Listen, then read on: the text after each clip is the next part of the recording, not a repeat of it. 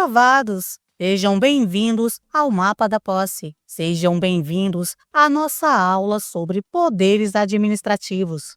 Esse é um dos temas mais cobrados em direito administrativo e, ao mesmo tempo, um dos que mais confundem os alunos. Mas já te adianto, não é difícil. O problema é que muita gente tenta decorar nomes, quando, na verdade, precisa entender a lógica por trás de cada poder. Eu sou a professora Mônica Oliveira e hoje eu vou te explicar cada poder administrativo, com exemplos práticos, pegadinhas de prova e aquele raciocínio que faz você bater o olho na questão e acertar. Se você é novo por aqui, já deixa o seu like, inscreva-se no canal e compartilhe esse vídeo em suas redes sociais. Preparados? Pegue o seu material e vem comigo. Um exemplo típico de exercício do poder vinculado pela administração pública é: e aí, qual será a alternativa correta? Calma! Antes de revelar a resposta, eu quero que você entenda de verdade cada um desses poderes. A partir de agora, vamos estudar um por um, com aquele olhar estratégico que a banca adora cobrar. A ideia aqui é simples: te deixar afiado, seguro e preparado para gabaritar qualquer questão sobre esse tema na sua prova. Combinado? Então ajusta o foco, separa o material e vem comigo. O que são os poderes administrativos? Você sabe, são poderes conferidos à administração pública. Mas calma, quando se ouve a palavra poder, muita gente já imagina alguém mandando em todo mundo, não é? No direito administrativo, a lógica é completamente diferente. Aqui, os poderes administrativos não são privilégios pessoais do governante ou do agente público. Eles são prerrogativas do Estado, concedidas para que a administração possa atuar em prol do interesse público. Esses poderes têm características muito importantes. São instrumentais, irrenunciáveis, limitados pela lei e pelos princípios da razoabilidade e da proporcionalidade, e tem como fundamento a supremacia do interesse público. Mas como assim, professora? Meus caros, os poderes administrativos são ferramentas indispensáveis para o funcionamento do Estado. É por meio deles que o Estado organiza a sociedade, garante a ordem, promove a justiça e assegura que os serviços públicos funcionem de forma adequada. Tudo isso sempre com um objetivo central: proteger o bem-estar coletivo, o seu, o meu e o de todos nós. E aqui entra um ponto fundamental daqueles que a banca adora cobrar. Poder administrativo não é poder por vaidade ou vontade própria. Ele é o que chamamos de poder-dever. Isso significa que a lei concede instrumentos à administração pública, mas, ao mesmo tempo, impõe a obrigação de usá-los quando necessário. A administração não pode se omitir. E por que, afinal, a administração pública tem esses poderes? A resposta é simples, e eu faço questão de repetir: porque ela precisa cumprir o interesse público. Os poderes administrativos permitem ao Estado agir, organizar seus órgãos, disciplinar servidores e particulares, e, quando necessário, impor limites, sempre dentro da lei. A administração não exerce poder porque quer, mas porque deve agir para proteger o interesse coletivo. É um verdadeiro dever jurídico. Pense assim: é como uma caixa de ferramentas. Cada ferramenta tem uma função específica para resolver um problema diferente da sociedade. E é exatamente essas ferramentas que nós vamos estudar agora. Vamos conhecer cada um desses poderes? Agora que vocês já entenderam o que são os poderes administrativos e por que a administração pública precisa dessas ferramentas para atuar, chegou a hora de conhecer cada um desses poderes, com foco total em prova. A ideia aqui é simples: depois dessa aula, esse tema não te derruba mais. Classificação dos poderes. Para fins de concurso, nós dividimos os poderes em dois grandes grupos: poderes de atuação e poderes funcionais. Poderes de atuação consiste na forma como a administração age no caso concreto e divide-se em poder vinculado e poder discricionário. Poderes funcionais são os instrumentos clássicos da administração e dividem-se em poder hierárquico, poder disciplinar, poder regulamentar e poder de polícia. E para fechar a parte teórica, veremos o que acontece quando esse poder é desrespeitado. Estou falando do abuso de poder. Vamos começar pelo poder vinculado, porque ele é a base de tudo. O poder vinculado acontece quando a lei já determina exatamente como a administração deve agir, sem deixar aquela margem de escolha. Aqui não existe conveniência nem oportunidade. Se a situação prevista em lei ocorrer, a administração tem o dever de agir exatamente da forma que a lei mandou. Em outras palavras, no poder vinculado, a atuação administrativa é totalmente objetiva. A autoridade não escolhe, não avalia, não pondera, ela apenas cumpre a lei. E isso é muito importante para a prova. Se todos os requisitos legais estiverem presentes, o ato deve ser praticado. Se não estiverem, o ato não pode ser praticado. Não existe meio termo. Aqui não tem conversa. A lei diz: se acontecer A, você tem que fazer B. O administrador é um robô da lei. No poder vinculado, a lei define previamente todos os elementos do ato administrativo. Se os requisitos legais estão presentes, o ato deve ser praticado. Ou seja, para que um ato seja considerado estritamente vinculado, todos os seus 5 elementos devem ser determinados pela lei. E quais são esses elementos? Anota aí. 1. Competência. O agente deve ter o poder legal específico para praticar o ato. 2. Finalidade. O objetivo deve ser sempre interesse público, previsto na norma, sem desvio de poder. 3. Forma. O procedimento e o modo de exteriorização do ato devem seguir estritamente o que a lei exige. 4. Motivo. A situação de fato e de direito que autoriza a prática do ato é objetiva. Se ocorrer a situação prevista na lei, o agente é obrigado a agir. 5. Objetivo. O conteúdo do ato é único e imutável pela vontade do administrador. Diferente do poder discricionário, onde o motivo e o objeto podem ser decididos por conveniência e oportunidade, no poder vinculado, o administrador apenas verifica se os requisitos legais foram preenchidos, para então, obrigatoriamente, realizar o ato. Tudo já vem pronto na lei. Se, por exemplo, a lei diz: preenchidos os requisitos, o servidor será aposentado, e você completou todos esses requisitos, o Estado não pode dizer: hoje não estou afim. Ele tem que conceder. Se os requisitos estão presentes, a administração não pode negar. Vamos voltar na questão? Um exemplo típico de exercício do poder vinculado pela administração pública é: responde para mim, qual das alternativas apresenta um exemplo típico de exercício do poder vinculado pela administração pública? Então, analisa comigo as alternativas. A concessão de uma autorização de uso de espaço público. A autorização é um ato discricionário e precário. A administração dá se quiser e pode retirar a qualquer momento por conveniência e oportunidade. Diferente da licença que é vinculada, a autorização é o maior exemplo de discricionariedade. A alternativa A está errada. A aplicação de uma punição a um servidor dentro de um intervalo de suspensão de 10 a 30 dias. Se a lei dá um intervalo de 10 a 30 dias, o administrador tem uma margem de escolha para avaliar a gravidade da conduta. Isso caracteriza discricionariedade na dosimetria da pena. No poder vinculado, a lei não dá margem. Ela diz exatamente o que deve ser feito. A alternativa B está errada. A concessão de aposentadoria a um servidor que preencheu todos os requisitos legais. A aposentadoria, uma vez preenchidos os requisitos, idade e tempo de contribuição, é um direito do servidor. A administração não pode dizer: não quero te aposentar hoje por conveniência. Preenchidos os requisitos da lei, o administrador é obrigado a emitir o ato. É um dever, não uma escolha. A alternativa C está correta.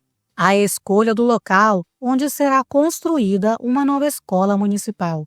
Escolher o local de uma obra é um exemplo perfeito de mérito administrativo. O prefeito avalia que bairro precisa mais, onde o terreno é melhor. Essa liberdade de escolha, técnica e política, é a alma do poder discricionário e não do poder vinculado. A alternativa D está errada. E o nosso gabarito é a letra C. Agora sim, vamos ao poder discricionário, que costuma gerar muita confusão. Muita gente se assusta quando ouve essa palavra e pensa que a administração pode fazer o que quiser. Mas calma, não é isso. Diferente do poder vinculado, o poder discricionário é a margem de liberdade que a administração pública tem para decidir, dentro dos limites da lei, qual a melhor solução para o caso concreto, baseado em critérios de conveniência e oportunidade para melhor atender ao interesse público, sem ser arbitrária. Diferente do poder vinculado, onde a lei não dá escolha, ele permite ao agente público a possibilidade de agir da maneira que melhor atenda ao interesse da administração. Ou seja, a administração analisa o momento, a necessidade e a melhor forma de agir para atender ao interesse público.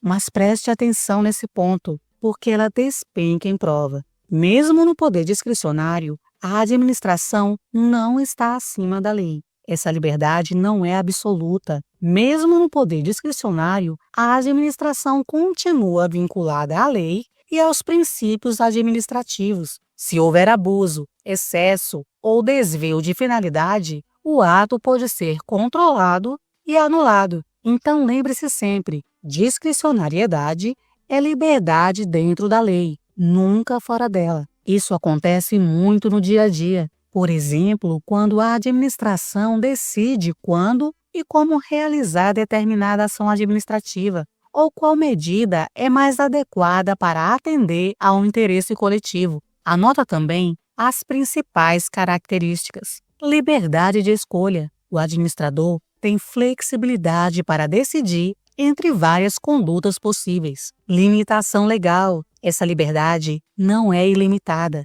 Ela é sempre pautada pela lei e pelos princípios administrativos, como razoabilidade e proporcionalidade. Critérios. Baseia-se na conveniência e oportunidade, visando o interesse público. Contraste com o poder vinculado. No ato vinculado, a lei exige uma única conduta. No discricionário, há uma faixa de atuação permitida.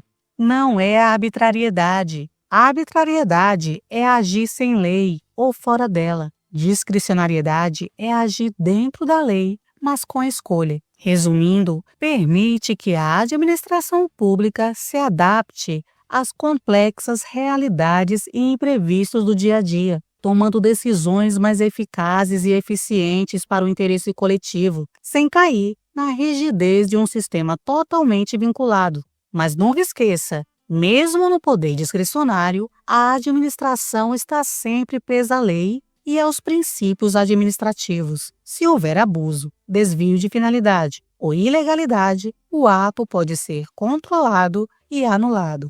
No que tange ao poder discricionário, a administração pública possui certa margem de liberdade para atuar. Sobre esse tema, assinale a alternativa correta. Essa questão aborda o poder discricionário. Vamos ver se você entendeu esse poder. A letra A diz que a discricionariedade confere ao administrador o poder de agir fora dos limites legais, desde que movido pelo interesse público. A alternativa A está errada. A liberdade do poder discricionário não é um cheque em branco. O administrador deve atuar estritamente dentro dos limites da lei. Agir fora da lei não é discricionariedade, é arbitrariedade, o que gera a nulidade do ato e possível punição ao agente. Além disso, o interesse público é a finalidade de todo ato, mas ele não autoriza o descumprimento da legalidade estrita. Lembre-se, na discricionariedade, a lei dá opções. Na arbitrariedade, o agente ignora a lei. A letra B diz que o controle judicial sobre os atos discricionários é absoluto, podendo o juiz substituir o mérito administrativo por critérios de justiça própria. A alternativa B está errada. O Poder Judiciário não pode invadir o mérito administrativo. O juiz verifica apenas a legalidade e a legitimidade do ato. Se o juiz substituísse a escolha do administrador pela dele, estaria violando o princípio da separação dos poderes. O Judiciário pode sim anular um ato discricionário, se ele for desarrazoado ou ilegal, mas nunca trocar a escolha de conveniência do prefeito ou governador por uma que ele ache melhor. A letra C diz que a conveniência e a oportunidade são os elementos que compõem o chamado mérito administrativo. A alternativa C está correta. Esta é a definição clássica. O mérito administrativo é o núcleo da discricionariedade, onde o administrador avalia o quando, a oportunidade, e o como, o porquê, a conveniência, para realizar determinada ação dentro do que a lei permite. Guarde isso. Se a questão falar em mérito, procure as palavras conveniência e oportunidade. As bancas amam essa associação direta. A letra D diz que todo ato administrativo é inteiramente discricionário, não havendo elementos vinculados em sua estrutura. A alternativa D está errada. Não existe ato 100% discricionário. Todo ato, mesmo o mais livre, possui elementos que são sempre vinculados: a competência, a finalidade e a forma, o famoso confifó. A discricionariedade geralmente recai sobre o motivo e o objeto. Se a banca disser que não há elementos vinculados, ela está tentando te derrubar com uma generalização perigosa. O nosso gabarito é a letra C. Agora vamos para o poder hierárquico. Esse é o poder que a administração tem de organizar sua estrutura interna. É ele que cria a relação de subordinação entre órgãos e agentes, permitindo que haja coordenação, controle e unidade na atuação estatal. Porque sem hierarquia, não haveria organização administrativa e o serviço público simplesmente não funcionaria de forma eficiente. E atenção para a prova. Esse poder só existe dentro da administração pública. Podemos então dizer que o poder hierárquico é o que permite à administração se auto-organizar e se manifesta de 7 formas principais. Anota aí. Estruturação e organização. Permite escalar e organizar a força de trabalho e as funções. Dar ordens. O superior comanda o subordinado, que deve obedecer a menos que a ordem seja manifestamente legal. Fiscalizar. O chefe verifica se o trabalho está sendo bem feito. Delegar atribuições. Eu sou o chefe, tenho uma tarefa, mas empresto parte da minha competência para você fazer. E a dica de ouro. A delegação é revogável a qualquer tempo e não precisa de hierarquia. Pode ser para um órgão do mesmo nível. E aqui chamo a sua atenção para um ponto importante. Ele permite a delegação de tarefas, mas possui limites claros. Além disso, há algumas atribuições que são indelegáveis. E quais são elas? Anota aí. Matéria de competência exclusiva. Atribuições definidas em lei como próprias de determinado órgão ou autoridade não podem ser transferidas a terceiros. Atos de caráter normativo. Emissão de regulamentos, portarias, resoluções e instruções que criam regras gerais. Decisões em recursos administrativos. A autoridade superior não pode delegar a decisão final de um recurso interposto por um administrado ou servidor contra uma decisão anterior. Avocar competências. É o contrário. Eu trago para mim uma tarefa que era sua. Mas atenção, a avocação é excepcional e temporária. Revisão possibilita anular ou revogar atos dos subordinados. Aplicar sanções. Ainda dentro do poder hierárquico, raciocine. Se o subordinado não cumprir a ordem que lhe foi dada, o que o chefe pode fazer em face dele? Pode aplicar sanção ou penalidade. Como exemplo de aplicabilidade dessas prerrogativas, podemos citar, por exemplo, um secretário municipal que orienta os diretores, um diretor que fiscaliza seus servidores, um superior que revê um ato praticado por um subordinado. Isso é o poder hierárquico. O poder hierárquico permite à administração organizar suas funções. Dele decorrem prerrogativas específicas, exceto. Agora vamos de poder hierárquico. Fiquem atentos porque a questão pede a exceção à regra. A letra A diz que a exceção é dar ordens aos subordinados que devem cumpri-las, salvo se manifestamente legais. Meus caros, o dever de obediência é um reflexo direto da hierarquia. O subordinado tem o dever de cumprir ordens, mas a própria lei estabelece a exceção das ordens, ou seja, quando manifestamente legais. Se o chefe manda o subordinado falsificar um documento, o subordinado não deve cumprir e deve denunciar. Isso mantém a estrutura organizada e evita que a hierarquia seja usada como escudo para a prática de crimes ou improbidade administrativa. Essa prerrogativa está correta, não é a exceção que estamos procurando. A letra B diz que a exceção é delegar atribuições que não sejam de competência exclusiva. O que é delegar? É a transferência temporária do exercício de uma competência. A hierarquia permite que o superior passe parte de suas tarefas para um inferior, ou mesmo para alguém de mesmo nível, e o que não pode ser delegado. Lembre-se da Lei 9.784, de 99. Não podem ser delegados a edição de atos normativos, a decisão de recursos administrativos e as matérias de competência exclusiva. Essa prerrogativa está correta. Não é a exceção que estamos procurando. A letra C diz que a exceção é avocar competências de subordinados de forma excepcional e motivada. A vocação é o trazer para si uma tarefa que era do subordinado. Ela deve ser a exceção, nunca a regra, e exige uma motivação muito clara por parte do superior. Se a banca disser que a vocação é livre e permanente, está errado. Ela é temporária e excepcional. Essa prerrogativa está correta.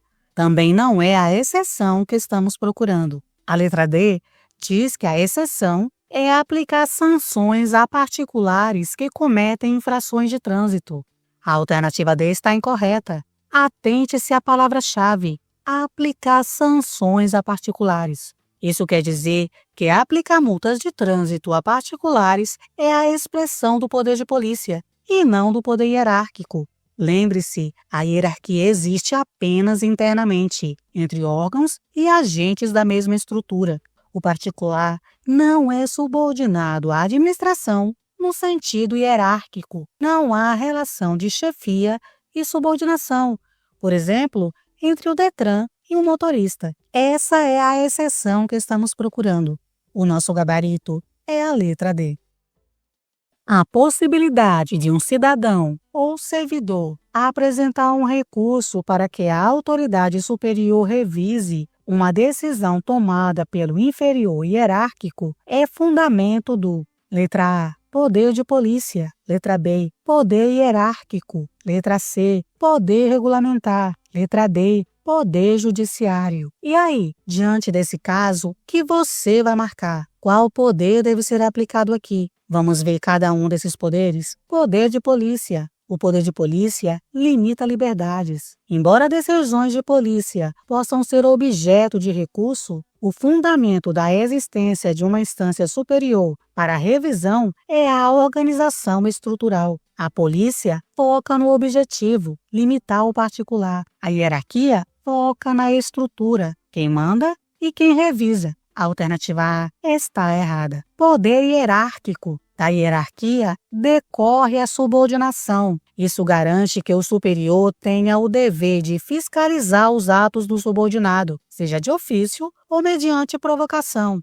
É por causa da hierarquia que existe a chamada autotutela, ou seja, a própria administração corrigindo seus erros, sem precisar de ordem judicial. A alternativa B está correta. Poder regulamentar. O poder regulamentar cria a norma. Ele não cuida da revisão de casos concretos ou da movimentação de processos administrativos entre instâncias. Se a banca falar em revisão, subordinação ou fiscalização interna, o foco é sempre o poder hierárquico. A alternativa C está errada. Poder judiciário. Essa alternativa eu eliminaria de cara. A questão pede o fundamento dentro da administração, ou seja, no âmbito administrativo. O poder judiciário revisa atos de outros poderes? Sim, mas isso é controle externo. O recurso administrativo mencionado ocorre dentro da própria estrutura do executivo. Por isso, o fundamento é o poder hierárquico interno, e não a função jurisdicional do juiz. A alternativa D está errada, e o nosso gabarito é a letra B. E se alguém fizer bobagem? Aí entra o poder disciplinar. Poder disciplinar é a prerrogativa da administração pública de investigar infrações e aplicar sanções a servidores públicos ou particulares que possuam um vínculo especial com o Estado, visando manter a disciplina, a ordem e o correto funcionamento da administração. Quando um servidor comete uma infração funcional, é o poder disciplinar que permite a instauração de processo administrativo e, se comprovada a infração, a aplicação de penalidades, como advertência, suspensão ou demissão. E grave isso, o poder disciplinar não é arbitrário. Ele deve respeitar o contraditório, a ampla defesa e o devido processo legal. Se não respeitar, a punição é nula. Atente-se a isso.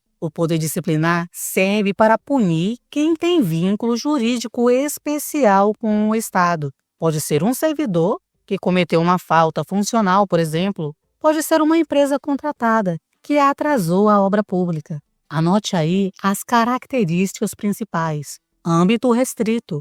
Aplica-se a quem tem relação jurídica especial com a administração, como servidores ou empresas contratadas. Natureza punitiva interna. Foca na correção de condutas dentro da própria estrutura administrativa, sem se confundir com o poder punitivo geral do Estado, que abrange crimes, ou o poder de polícia, que regula a coletividade. Um instrumento utiliza sindicâncias e processos administrativos disciplinares, o PAD, para apurar irregularidades e aplicar penalidades, como advertência, suspensão, demissão, entre outros. Garantias constitucionais. A aplicação de sanções deve sempre observar os princípios do devido processo legal, contraditório e ampla defesa, conforme a Constituição Federal. Diferença do poder de polícia. Enquanto o poder disciplinar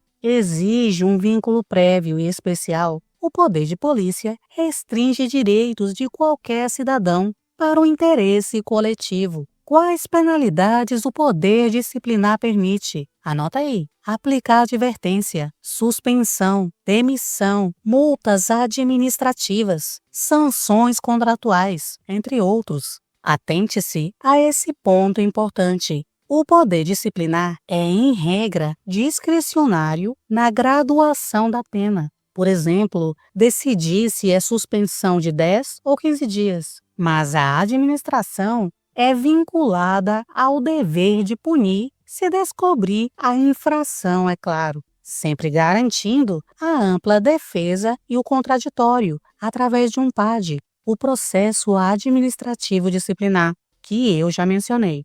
Quando um servidor público comete uma falta funcional e a administração, após o devido processo, aplica-lhe uma suspensão, ela está exercendo o letra A, poder de polícia, letra B, poder disciplinar, letra C, poder regulamentar, letra D, poder vinculado apenas. E aí, qual poder a administração está exercendo nesse caso? Muita gente confunde, mas o poder de polícia é voltado para particulares em geral, limitando direitos e liberdades em prol do coletivo. Ele não se confunde com a punição de servidores.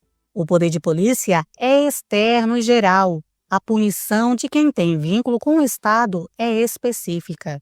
A alternativa A está errada.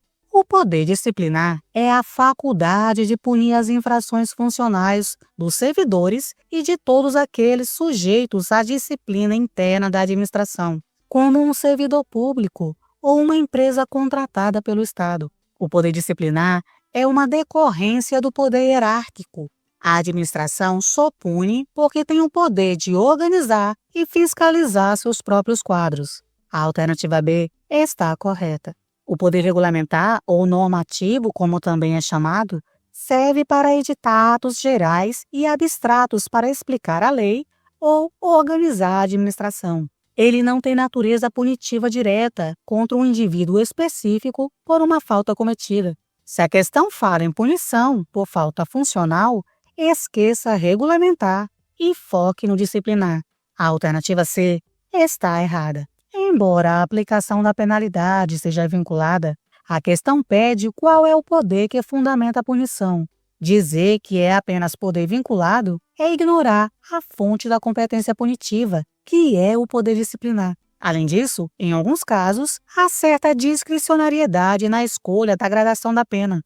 A alternativa D está errada e o nosso gabarito é a letra B. Uma empresa privada que celebra contrato administrativo com o município para a reforma de uma praça acaba descumprindo os prazos. A aplicação de uma multa contratual fundamenta-se no... E aí, qual é a resposta? Qual poder deve ser aplicado aqui? Vamos ver cada caso. Letra A. Poder de polícia, por se tratar de punição a um particular. Meus caros, essa é a maior casca de banana do direito administrativo. Embora a empresa seja um particular, ela não está sofrendo uma sanção de polícia. Ela está sendo punida por descumprir um contrato. O poder de polícia é exercido sobre quem não tem vínculo específico com o Estado. Quando há um contrato ou um vínculo, a punição é disciplinar. A alternativa A está errada. Letra B, poder disciplinar, devido ao vínculo jurídico especial entre o particular e a administração. O poder disciplinar não serve apenas para punir servidores. Ele alcança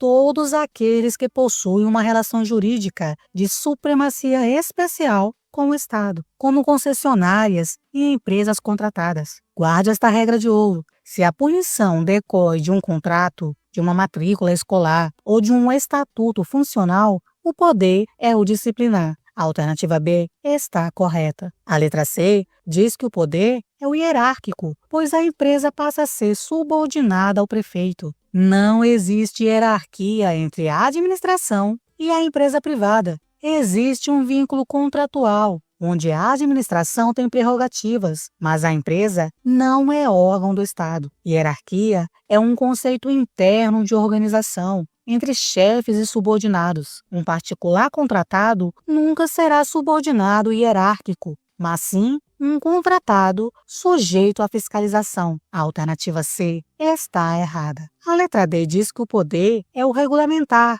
para organizar a execução da obra. O poder regulamentar serve para editar normas gerais, como decretos. Aplicar uma multa específica a uma empresa por atraso é um ato concreto de punição e não um ato normativo. Se a questão fala em aplicação de multa, ela está descrevendo uma sanção, o que remete imediatamente aos poderes punitivos, polícia ou disciplinar, nunca ao regulamentar. A alternativa D está errada e o nosso gabarito é a letra B. Agora vamos falar do poder regulamentar. Muitas vezes, a lei nasce de forma mais genérica. Imagine, por exemplo, uma lei que diga apenas: é proibido transportar produtos perigosos sem segurança. Ok, mas o que exatamente é considerado produto perigoso? Que tipo de segurança é exigida? Quais equipamentos devem ser usados? É justamente aí que entra o poder regulamentar, também chamado poder normativo. Por meio desse poder, o chefe do executivo, seja o presidente, o governador ou o prefeito, pode editar atos normativos, como decretos e regulamentos, para detalhar e garantir a fiel execução das leis criadas pelo legislativo,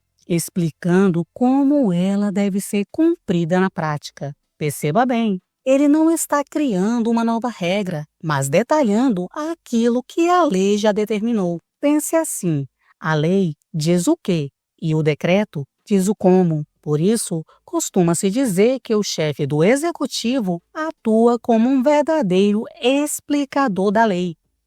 O foco aqui é o chamado decreto de execução, que torna a norma aplicável no dia a dia da administração e dos administrados. E aqui vai mais um ponto essencial para a prova, daqueles que a banca adora cobrar. O poder regulamentar não pode inovar na ordem jurídica.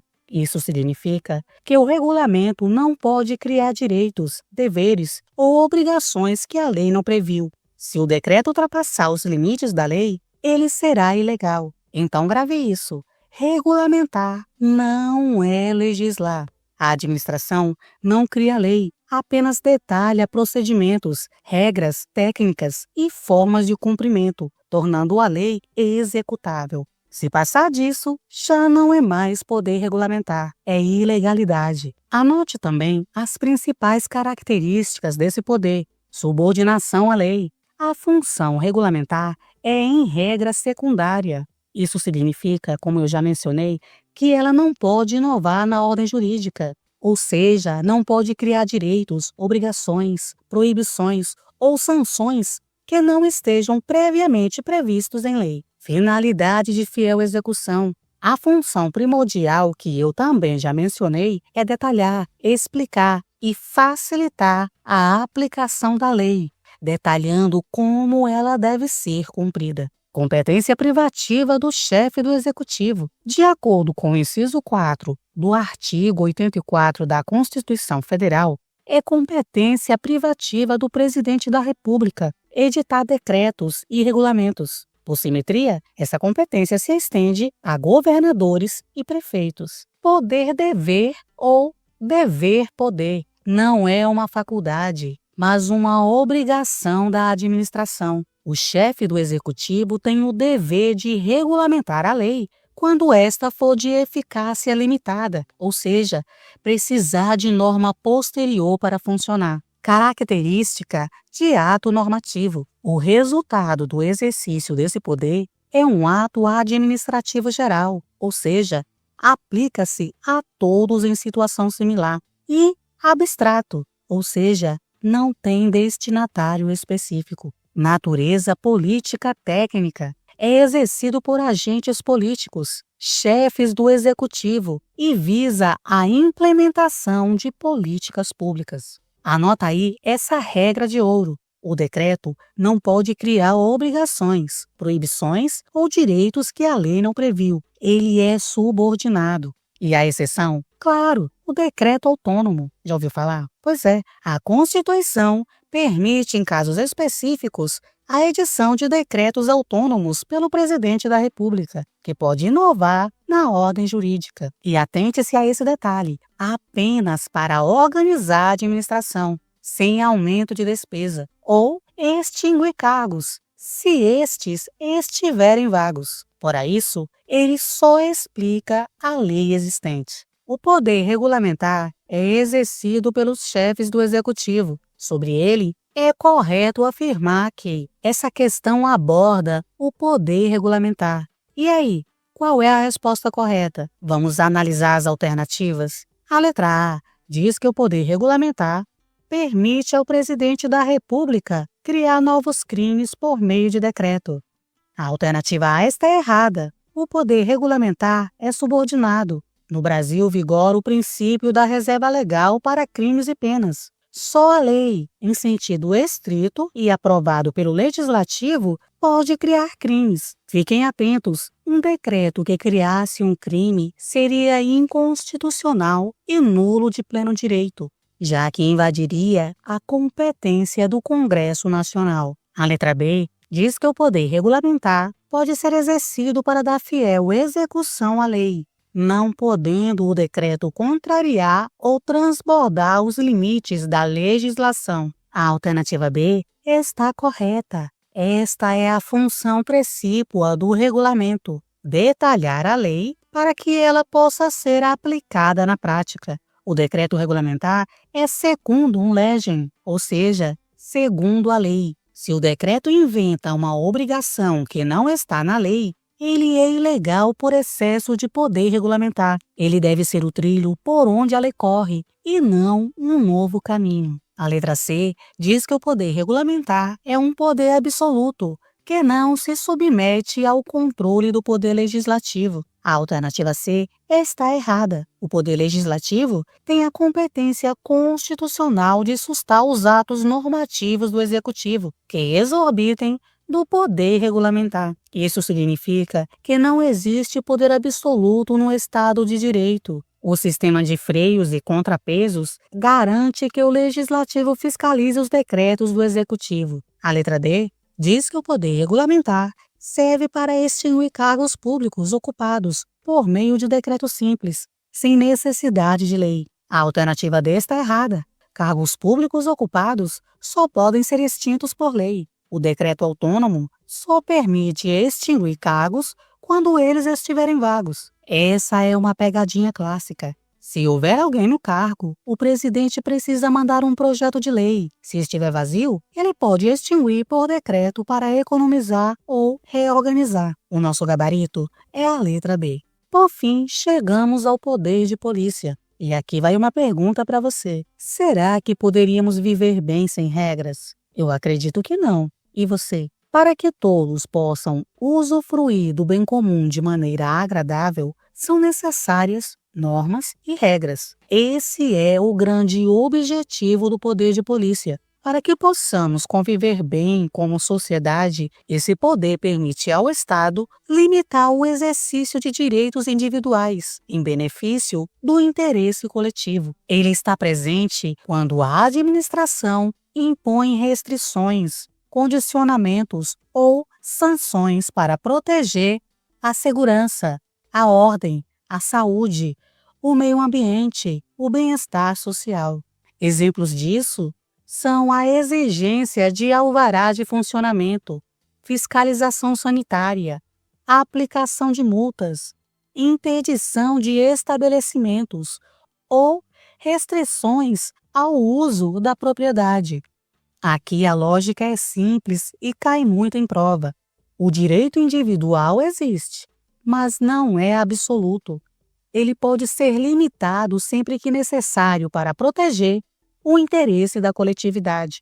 O poder de polícia possui duas áreas de atuação: a administrativa, que atua preventivamente, e judiciária, que atua repressivamente. Essa é a regra, mas não é absoluta, já que os papéis podem se inverter. A polícia administrativa pode agir de forma repressiva e a polícia judiciária pode agir de forma preventiva. Outra diferença é que a polícia administrativa incide sobre bens, direitos e atividades, e a judiciária incide sobre pessoas. E tem um ciclo que você também precisa conhecer. O ciclo do poder de polícia nos descreve as 4 fases de atuação da administração pública para condicionar e restringir direitos individuais em prol do interesse coletivo. E quais são eles? Anota aí. Ordem de polícia. A lei que proíbe ou obriga. Por exemplo, é a lei que diz que precisa de alvará. Consentimento. O Estado autoriza você a agir. Por exemplo, a entrega da carteira de motorista. Fiscalização. O Estado verifica se você está cumprindo as regras. Por exemplo, a blitz. Sanção. A punição pelo descumprimento. Por exemplo, a multa. Considerando que os atos praticados no exercício do poder de polícia têm como finalidade a proteção dos interesses da coletividade, fundamentando-se no princípio da supremacia do interesse público sobre o privado, é indispensável que esses atos estejam revestidos de determinados atributos que viabilizam sua efetiva atuação. São eles: discricionariedade. A lei não define todos os detalhes, dando à administração uma margem para escolher o melhor momento, meio e sanção, sempre dentro dos limites legais e buscando um interesse público. O Estado acolhe onde fiscalizar. Autoexecutoriedade. A administração pode executar suas próprias decisões e impor sanções sem precisar de autorização prévia do judiciário. Coercibilidade é a capacidade de impor o cumprimento de suas ordens, usando a força para compelir o administrado a obedecer, mesmo que de forma indireta. Sobre o poder de polícia, assinale a alternativa que apresenta seus atributos clássicos. Essa questão aborda o poder de polícia, mas especificamente os seus atributos. Vamos analisar as alternativas e encontrar a nossa resposta e entender o porquê de as demais estarem erradas. Legalidade, impessoalidade e moralidade. Esses são princípios constitucionais da administração pública, presentes no artigo 37 da CF de 88, o famoso LIMP, e não atributos específicos do poder de polícia. Embora o poder de polícia deva respeitá-los, a doutrina reserva nomes específicos para as características que tornam o poder de polícia especial. A alternativa A está errada. Discricionariedade, autoexecutoriedade e coercibilidade. Memorize o mnemônico DAC. Discricionariedade é a margem de escolha no modo de agir. Autoexecutoriedade, decidir e executar sem autorização prévia do judiciário. E coercibilidade é a imposição forçada das decisões. Fiquem atentos, nem todo ato de polícia é discricionário e nem todo tem autoexecutoriedade. Por exemplo, a cobrança de multa exige o judiciário se o particular não pagar voluntariamente. Mas como atributos gerais, esses três dominam as provas. A alternativa B está correta. Hierarquia, disciplina e continuidade. Hierarquia e disciplina são outros poderes autônomos. Continuidade é um princípio dos serviços públicos. Nenhum desses define a natureza do poder de polícia. A banca costuma misturar nomes de princípios com nomes de poderes para confundir você. A alternativa C está errada. Publicidade, eficiência e motivação. Novamente temos princípios, publicidade, eficiência e um requisito do ato, motivação. Atributos são características intrínsecas que dão força ao poder. Foque no DAC e você não errará questões conceituais sobre os atributos da polícia administrativa. A alternativa D está errada e o nosso gabarito é a letra B. Diferencia-se a polícia administrativa da polícia judiciária pelo seguinte fato. Essa questão aborda as prerrogativas do poder de polícia, mais especificamente na polícia administrativa e judiciária. Observe o mapa mental que eu vou mostrar agora. Foque na parte sobre os tipos de atuação do poder de polícia. Lembrou? Então agora vamos analisar as alternativas. A letra A diz que a polícia administrativa foca exclusivamente em punir crimes contra a vida. Crimes contra a vida são objetivos da polícia judiciária, da polícia civil e federal, para fins de investigação criminal. A polícia administrativa cuida de ilícitos administrativos, como vigilância sanitária, trânsito, posturas municipais. Lembre-se, polícia administrativa é igual a ilícito administrativo. Polícia judiciária é igual a ilícito penal. A alternativa A está errada. A letra B diz que a judiciária atua sobre bens e direitos, enquanto a administrativa atua sobre pessoas. A banca inverteu os conceitos. A polícia administrativa recai sobre bens, direitos e atividades, como, por exemplo, fechar um restaurante ou apreender mercadoria. A polícia judiciária recai sobre a pessoa do infrator penal. A alternativa B está errada. A letra C diz que a administrativa tem caráter predominantemente preventivo, recaindo sobre atividades e bens, enquanto a judiciária foca no ilícito penal. Essa é a distinção doutrinária clássica. A polícia administrativa prepara o terreno para que o ilícito não ocorra ou pune administrativamente. Ela fiscaliza o estabelecimento, o trânsito e as obras. Já a judiciária, Polícia Civil e Federal, atua após o crime, buscando autoria e materialidade para o processo penal. A alternativa C está correta. A letra D diz que a polícia administrativa é exercida apenas por órgãos militares. Olha só, órgãos civis exercem muito a polícia administrativa, como a Receita Federal, o IBAMA, a Vigilância Sanitária. A polícia militar exerce polícia administrativa de segurança pública, mas ela é apenas uma parcela do todo. A polícia administrativa é espalhada por toda a administração pública e não restrita a militares. A alternativa D está errada.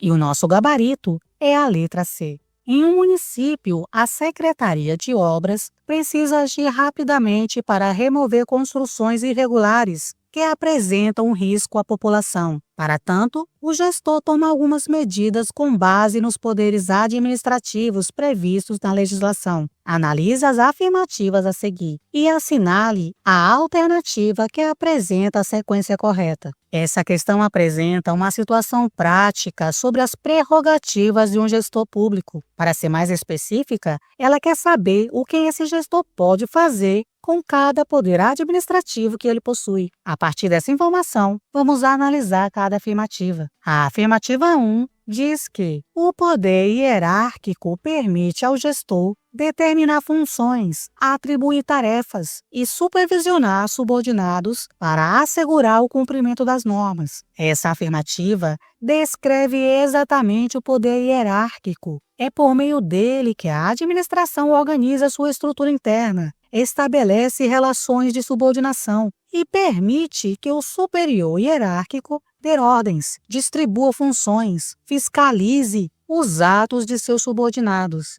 Esse poder é essencial para garantir a eficiência e a unidade da atuação administrativa. A afirmativa 1 está correta. A afirmativa 2 diz que o poder disciplinar autoriza a aplicação de sanções a servidores ou particulares que descumpram normas administrativas, visando manter a ordem e a legalidade. Aqui temos a definição clássica do poder disciplinar. Ele permite que a administração apure infrações e aplique sanções tanto a servidores públicos quanto a particulares que mantenham vínculo com o poder público, como concessionários e contratados. O objetivo é preservar a disciplina, a ordem e a legalidade no âmbito administrativo. A afirmativa 2 também está correta. A afirmativa 3 diz que o poder de polícia faculta a administração pública limitar ou condicionar direitos individuais para proteger a coletividade, podendo incluir a demolição de construções irregulares. Essa afirmativa descreve perfeitamente o poder de polícia. É por meio dele que o Estado pode limitar ou condicionar direitos individuais em benefício do interesse coletivo, da segurança, da saúde e da ordem pública. A demolição de construções irregulares que colocam a população em risco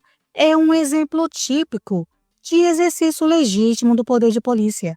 A afirmativa 3 está correta. A afirmativa 4 diz que o poder regulamentar permite ao gestor criar leis novas para suprir lacunas legais existentes, sem necessidade de aprovação legislativa. Essa afirmação está incorreta. O poder regulamentar não autoriza a criação de leis novas. Ele permite apenas que o chefe do executivo edite decretos e regulamentos para dar fiel execução à lei, detalhando como ela será aplicada na prática. O regulamento não pode inovar na ordem jurídica, nem suprir lacunas, criando obrigações ou direitos não previstos em lei. Criar leis é função do poder legislativo, não do executivo. A afirmativa 4 está errada. Analisando as afirmativas, temos a seguinte sequência. Afirmativa 1, verdadeira. Afirmativa 2, verdadeira. Afirmativa 3, verdadeira. Afirmativa 4, falsa. O nosso gabarito é a letra D. Para fechar, vamos falar do que acontece quando o administrador passa do ponto. Estou falando do abuso de poder. E o que é o abuso de poder? É o uso indevido das prerrogativas de um cargo ou função para fins particulares ou fora da lei. Isso quer dizer que a administração só pode exercer seus poderes dentro da lei. Quando ela ultrapassa esse limite legal, ocorre o abuso de poder. Sobre isso, fiquem atentos. Abuso de poder é o gênero que se divide em duas espécies. Excesso de poder. Aqui, o agente é competente para agir, mas vai além do que a lei permitiu. Por exemplo, um guarda de trânsito que, em vez de multar, resolve prender o motorista porque ele foi mal educado, sendo que ele não tem competência para prender por desacato sem crime flagrante, desvio de poder ou finalidade. Aqui, o agente tem competência, age dentro dos limites, mas por um motivo errado. Quer um exemplo clássico? O prefeito remove um servidor para trabalhar em uma cidade distante só para se vingar porque o servidor não botou nele. O ato parece legal, a remoção, mas o objetivo, a vingança, é ilegal.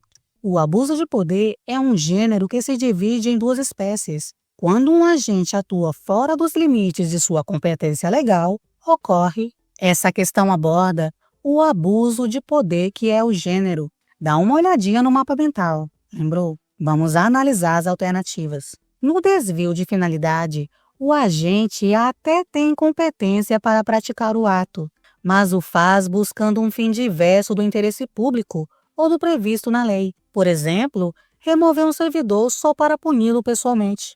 Guarde o foco. Desvio é igual à finalidade errada. Excesso é igual à competência extrapolada. A alternativa A está errada. O excesso de poder ocorre quando o agente vai além do que a lei lhe permitiu fazer, ou seja, ele invade a competência de outro agente ou pratica algo que ninguém tem poder para fazer. Imagine um guarda de trânsito que resolve prender alguém por uma multa. Ele não tem competência para prender, apenas para autuar. Isso é excesso de poder, claro. A alternativa B está correta. O abuso de poder é o exato oposto da legitimidade. Não existe abuso legítimo. O abuso torna um ato ilegal e passível de anulação. A discricionariedade é uma liberdade legal. O excesso é uma ultrapassagem dessa liberdade. A alternativa C está errada. Imperícia é um conceito do direito civil penal, ligado à culpa. No direito administrativo, o vício de competência é tipificado tecnicamente como excesso de poder dentro do gênero abuso de poder. Embora o agente possa ser imperito, a banca quer o termo técnico doutrinário do direito administrativo. A alternativa D está errada. E o nosso gabarito é a letra B. Um diretor de uma repartição pública remove um servidor estável para uma cidade distante apenas por desavenças pessoais, embora utilize a justificativa formal de necessidade de serviço. Tal ato configura: essa aqui é boa, fiquem atentos para não confundir. Excesso de poder por vício de competência. No excesso de poder, o agente não tem competência para o ato. No exemplo dado, o diretor provavelmente tem o poder de remover servidores, mas ele usou esse poder para o fim errado. Se o problema está na intenção ou no objetivo escondido atrás do ato, o vício não é na competência, e sim na finalidade. A alternativa A está errada. Desvio de finalidade por vício no objetivo do ato. Caríssimos, o desvio de finalidade ou desvio de poder ocorre quando o ato é praticado por motivo ou com fim diverso do previsto em lei. A remoção de servidor deve servir ao interesse público e não para castigar desafetos. Mesmo que a forma pareça legal e a autoridade seja competente, a vontade do agente buscou um fim privado ou vedado, o que anula o ato por abuso de poder. A alternativa B está correta. Exercício legítimo do poder discricionário. A discricionariedade permite escolher a melhor conveniência para o interesse público, mas nunca autoriza o uso da máquina pública para vinganças pessoais. O interesse público é o limite intransponível de qualquer escolha do administrador. Agir por motivação pessoal é o oposto da discricionariedade legítima. A alternativa C está errada. Poder hierárquico absoluto. O poder hierárquico não é absoluto. Ele está sujeito à lei e aos princípios da moralidade e impessoalidade. Dizer que um chefe pode fazer qualquer coisa só porque é chefe é ignorar o Estado de Direito. Todo poder administrativo deve ser exercido nos limites da finalidade legal. A alternativa D está errada e o nosso gabarito é a letra B. Agora sim, você tem uma visão completa dos poderes administrativos, do jeito que a banca cobra. Se você entende quem age, como age e até onde pode agir, você acerta qualquer questão. Se você entendeu os poderes administrativos, você já venceu uma grande parte do direito administrativo. Não perca as próximas aulas que eu vou postar. Curta o vídeo e inscreva-se no canal. Compartilhe essa aula nos seus grupos de estudo. Muito obrigada pela sua companhia. Fiquem com Deus, beijo no coração e até a próxima aula.